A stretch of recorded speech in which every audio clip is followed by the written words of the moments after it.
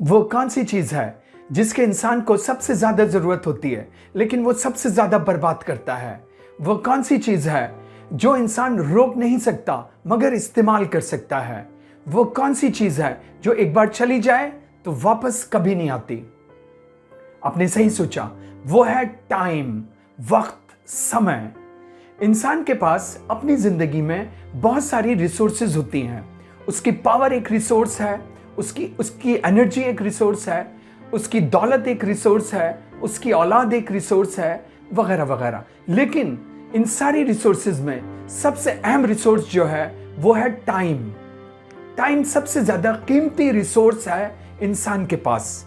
यही वजह है कि बहुत से ट्रेडिशंस में, बल्कि ज्यादातर ट्रेडिशंस में इस बात को माना गया कि मरने के बाद की लाइफ में इंसान से पूछा जाएगा कि उसने अपने टाइम का कैसे इस्तेमाल किया, उसका यूज किया या मिसयूज किया।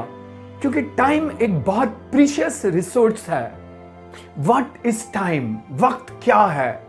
इस सवाल का जवाब पूरी इंसानी हिस्ट्री में अभी तक सही तरीके से नहीं दिया जा सका। टाइम की एक परफेक्ट डेफिनेशन नहीं बनाई जा सकी, लेकिन सभी लोग इस बात पर एग्री हैं कि टाइम इज लाइफ। जिंदगी वक्त है। लाइफ इज टाइम, वक्त जिंदगी है। टाइम खत्म, लाइफ खत्म, लाइफ खत्म, टाइम खत्म। तो इंसान के लिए सबसे अहम रिसोर्स जो है वो टाइम है। टाइम की नेचर के बारे में जब हम सोचते हैं तो वो एक दो धारी तलवार की तरह है। या तो वो फायदा पहुंचाएगा, नहीं तो नुकसान पहुंचाएगा। या तो हम उसे यूज करेंगे या मिसयूज करेंगे। इसको समझने के लिए एक मिसाल देता हूं, एक कहानी सुनाता हूं कि बहुत पहले एक मार्केट में एक बर्फ बेचने वाला जो कि बर्फ बेच रहा था, जब शाम का टाइम हुआ, अंधेरा हुआ, तो उसने आवाज लगाई, लोगों रहम करो उस शख्स पर जिसका सरमाया हयात, जीवन की पूंजी पिघली जा रही है।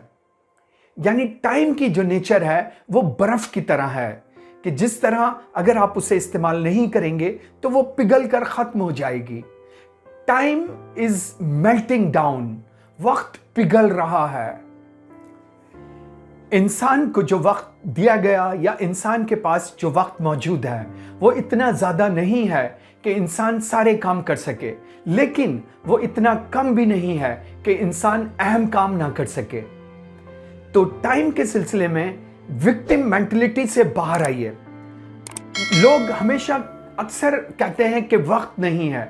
आप किसी से कहें एक्सरसाइज कीजिए, अपनी बॉडी को अदरक बनने से बचाइए, तो वो कहता है कि टाइम नहीं है, आई डोंट हैव टाइम।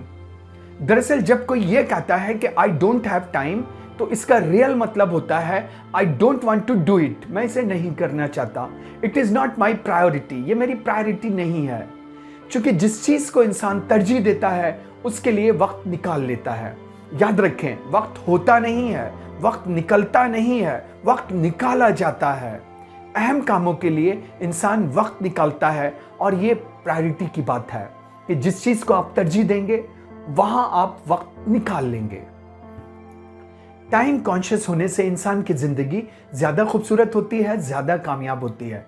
तो इस सिलसिले में मैं दो आइडियाज सजेस्ट करता हूं। पहला ये कि हम अपनी हैंड वॉच, अपनी मोबाइल की वॉच या वॉल क्लॉक, इन सारी घड़ियों को 10 मिनट आगे कर लें और उसके मुताबिक काम करें। इस तरह हमारे जहन में ये बात आएगी कि हम वक्त से पीछे नहीं, हम वक्त के बराबर भी नहीं, हम वक्त से आगे हैं। तो नफ्सियाती तौर पे हमें ये बूस्ट करेगा, ये बूस्ट अप होगा हमारी साइकोलॉजी, ह्यूमन साइकोलॉजी के लिए। इस तरह हम टाइम के सिलसिले में जो विक्टिम मेंटालिटी है, टाइम विक्टिम मेंटालिटी, उससे बाहर आ जाएंगे। जो हम ये कहते हैं कि वक्त नहीं है, वक्त नहीं है, इससे बाहर आ जाएंगे, हम टाइम से आगे होंगे। तो मैं सजेस्ट करूंगा कि अपनी घड़ियों को 10 मिनट आगे करें और उसके मुताबिक काम करें। इससे स्ट्रेस भी कम होगा और वक्त पर आप काम कर पाएंगे। एक दूसरा आइडिया टाइम ऑडिट बनाएं। आप पेन लें, पेपर लें और आप एक स्केच बनाएं। उस स्केच की हेडिंग हो टाइम ऑडिट और उसमें एक सर्कल बनाकर 2 सब हेडिंग बनाएं। एक हेडिंग हो but, BUT, B stand for bad, U stand for use, T stand for time. Bad use of time. दूसरी सब हेडिंग बनाए गट, GUT. G stand for good, U stand for use, T stand for time. Good use of time. फिर गुजरे हुए 24 घंटे में आपने वक्त को जो इस्तेमाल किया या जो बर्बाद किया, सिर्फ एक एक मिसाल उस पर लिखें। बट के तहत आप एक एरो लगाएं और लिखें कि सुबह 6 AM से 7 AM का टाइम मैंने फिजूल बकवास की, गिबत की, अननेसेसरी बहस की। तो एरो लगाकर सिर्फ एक मिसाल दें। इसी तरह गट के तहत, गुड यूज ऑफ टाइम के तहत आप एरो लगाकर एक मिसाल लिख सकते हैं कि 7 PM से 8 PM तक मैंने रीडिंग की, good use of time. Family के साथ वक्त गुजारा, गुड यूज ऑफ टाइम। अपने आप को कंफर्ट किया ताकि मेरी एनर्जी रिवाइव हो सके, गुड यूज ऑफ टाइम। तो गुजरे हुए 24 घंटे में जो भी आपने किया उसमें से सिर्फ एक एक मिसाल, अच्छा वक्त का जो इस्तेमाल किया, बुरा वक्त का जो इस्तेमाल किया। देखिए बात यह है कि या तो टाइम इन्वेस्टेड होगा या वेस्टेड होगा, क्योंकि टाइम रिसोर्स है, सबसे अहम रिसोर्स है। जिस चीज में उसे इन्वेस्ट करेंगे वही रिजल्ट आ जाएंगे।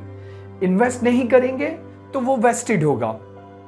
तो वक्त जो है या तो आपको फायदा पहुंचा रहा है या आपको नुकसान पहुंचा रहा है।